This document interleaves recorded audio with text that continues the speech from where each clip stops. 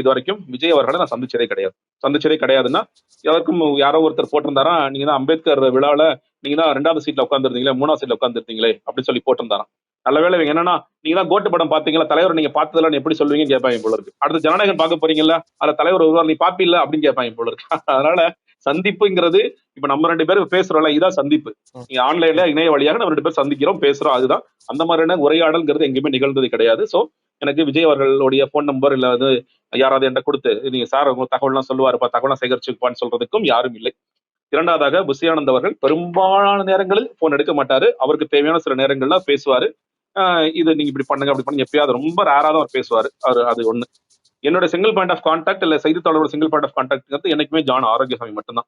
John Arokiasamy வந்து பல இடங்கள்ல பல விஷயங்களை வளருவாரு. அவரோட ஆடியோலாம் வந்துச்சு, நீங்க எல்லாம் பார்த்திருப்பீங்க. அது எப்பயுமே அவர் இயல்பான ஒன்றுதான். ஆனா அவர் என்கிட்ட ரகசியங்களை சொல்லுவாரா, இந்த ஸ்ட்ராட்டஜிஸ் எல்லாம் நான் பண்ணிட்டு இருக்கேன்னு சொல்லுவாரான்னா யாருக்கு அவர் நிச்சயமா சொல்ல மாட்டார்.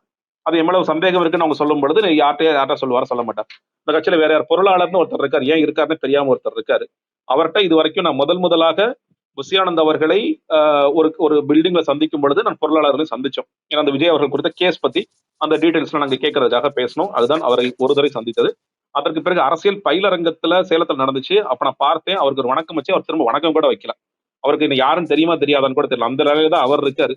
அதற்கு பிறகு அவருக்கு ஒரு தடவை 2 தடவை முயற்சி பண்ணேன். நான் இந்த ஜனவரிக்கு கடைசியில முயற்சி பண்ணேன். போன் பண்ணி முயற்சி பண்ணேன். எனக்கு ஏன் பொறுப்பு போடல எனக்கு தெரியலன்னு சொல்லி சொன்னேன்.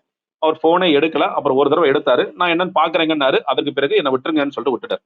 ஒட்டுமொத்தமாக நான் பொருளாளர்கிட்ட பேசுனதுன்னு பாத்தீங்கன்னா ஒரு தடவை அல்லது மேக்ஸிமம் அவர் ஒரு தடவை பார்த்து 2 தடவை பார்த்திருக்கேன், ஒரு தடவை பேசியிருக்கேன். இப்ப இந்த தலைமை பொறுப்புல இருக்கின்ற இவர்கள் யாராவது ஜெகதீஸ்வரன் இந்த தகவல்லாம் இருந்தா நீ வச்சுக்கோ, இதெல்லாம் போய் திமுக சொல்லுன்னு சொன்னாங்கன்னா சொல்லிருக்கலாம். எனக்கு எந்த தகவலுமே தெரியாது. நான் எந்த தகவலை கொண்டு போய் நான் சொல்லுவேன் யார்கிட்டயாவது.